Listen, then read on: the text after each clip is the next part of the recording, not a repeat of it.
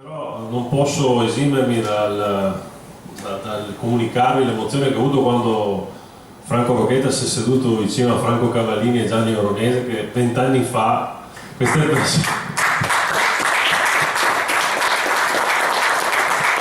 persone mi hanno avviato a questo pensiero. Erano tempi dove appunto tu diceva il codice Rocco, no? Dove era reato di parlare di indipendenza, quindi si parlava di federalismo e Rocchetta già da tempo, non perché è vecchio ma perché è stato già da tempo parlava di queste cose. Io ho avuto la fortuna di incontrare delle persone straordinarie che da appena ho cominciato a pensare alla politica mi hanno avviato, mi hanno inoculato questo virus, quindi ho avuto questa fortuna. E si parlava di federalismo proprio quando si credeva, adesso con Franco ho capito che ci sono 3 Italie, io pensavo ce ne fossero 2, una che lavorava e l'altra che mangiava, invece 3, vabbè. Però allora pensavamo questo, e c'erano quelle che lavorava era una e quelle che mangiava era 2, e pensavamo che cercando in Italia di portare avanti il federalismo e fargli votare il federalismo, sta gente che viveva con i nostri schei avesse votato affinché noi ci tenessimo i nostri. Ovviamente è stata questa l'illusione che tanti hanno animato, e ricordo che c'eri anche tu anni fa a cercare di perseguire questa cosa.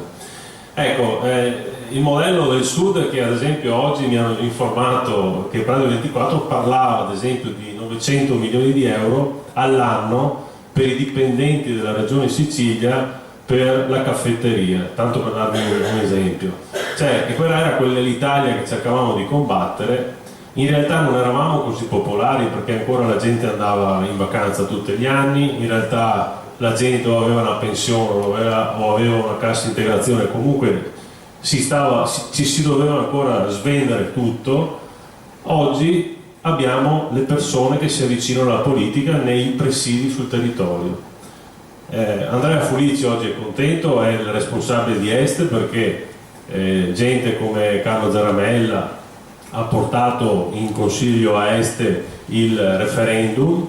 Mi raccomando, porta tanta gente in consiglio giovedì alle 8:30 di sera, vi trovate al Bar Borsa, e questo ho dovuto ricordarlo.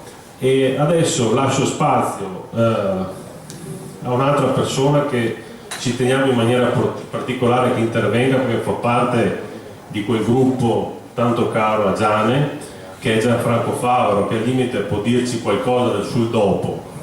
Va bene? Prego.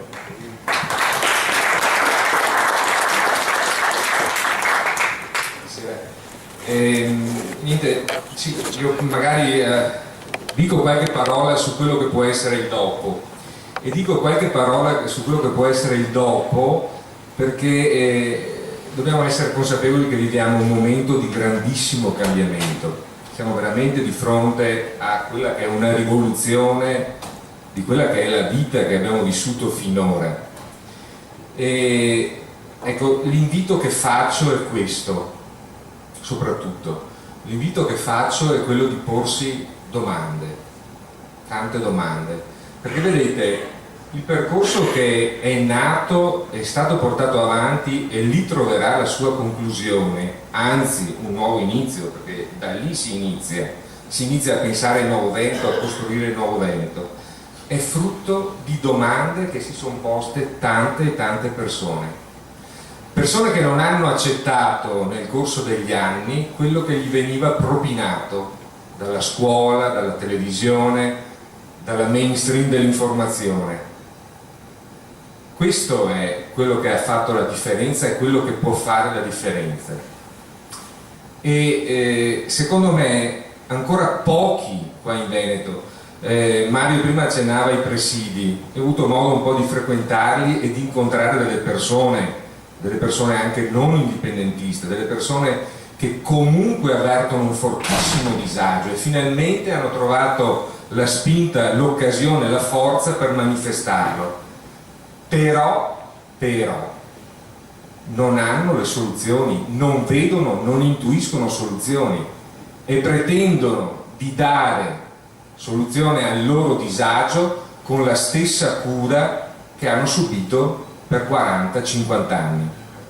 mi sto riferendo ad esempio a richieste che ho sentito in giro: più Stato, lo Stato manca. No signori, qua stiamo morendo di Stato, qua stiamo morendo di Stato, stiamo morendo di assistenzialismo, e noi veneti stiamo morendo di sfruttamento, perché prima Stefano Venturato all'inizio, non so se abbiamo afferrato, ma parliamo di 20 miliardi di euro di tasse che non ci vengono restituite, alle quali vanno aggiunti altri 9 miliardi che è la quota parte di interessi che paghiamo su un debito pubblico che non abbiamo costruito, perché se diamo più di quello che riceviamo non abbiamo prodotto noi il debito.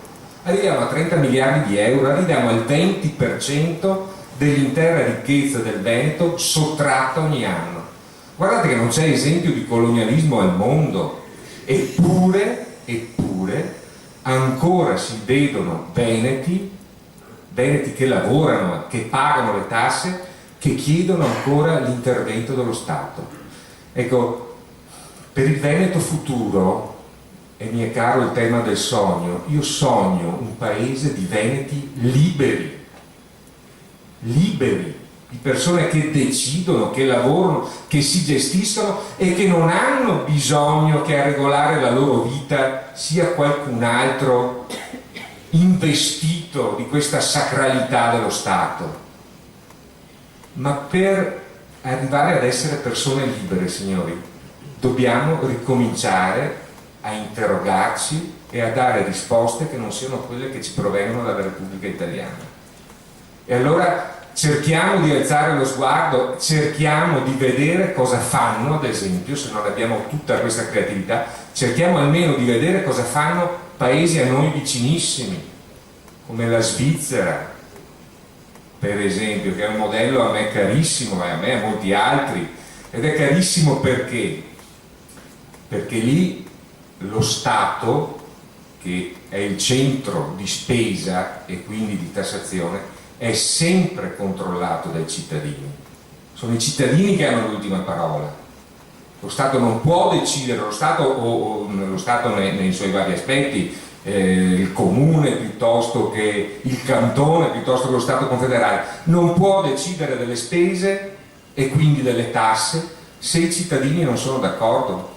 Guardate che quello delle tasse è un tema delicatissimo, perché le tasse sono tempo vostro. Quando qua noi in Veneto paghiamo il 50% di tasse, perché queste paghiamo noi adesso, vuol dire che in una vita lavorativa di 40 anni, 20 anni li lavorate per lo Stato. I lavori forzati non ci sono qua in Italia, non sono previsti come pene, a parte per chi paga le tasse. Chiedetegli che delitto avete commesso per meritare una pena del genere. Altro che evasori fiscali.